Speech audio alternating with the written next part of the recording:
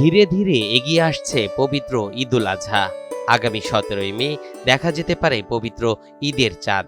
ঈদের আনন্দ পরিবার পরিজনের সঙ্গে ভাগাভাগি করে নিতে এরই মধ্যে প্রস্তুতি নিতে শুরু করেছে রাজধানী ঢাকা সহ দেশের বিভিন্ন অঞ্চলের মানুষ। বিশেষ করে যারা নিজ জেলার বাইরে চাকরি করেন তারা অপেক্ষায় ছিলেন কবে হবে ঈদের ছুটি, কবে ফিরবেন বাড়ি, আর কতদিন পরিবারের সঙ্গে কাটাতে পারবেন সময়। অবশেষে সেই অপেক্ষার অবসান হলো। আজ বৃহস্পতিবার প্রজ্ঞাপন জারি করে জনপ্রশাসন মন্ত্রণালয়। জানিয়েছে আসন্ন ঈদুল আজহায় আগামী 25 মে থেকে 31 মে পর্যন্ত টানা 7 দিন সরকারি ছুটি থাকবে।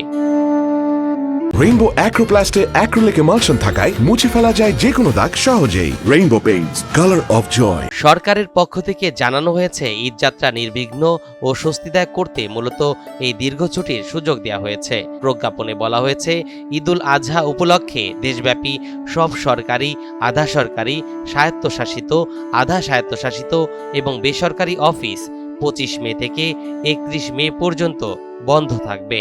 তবে জরুরি পরিষেবাগুলো এই ছুটির আওতার বাইরে থাকবে।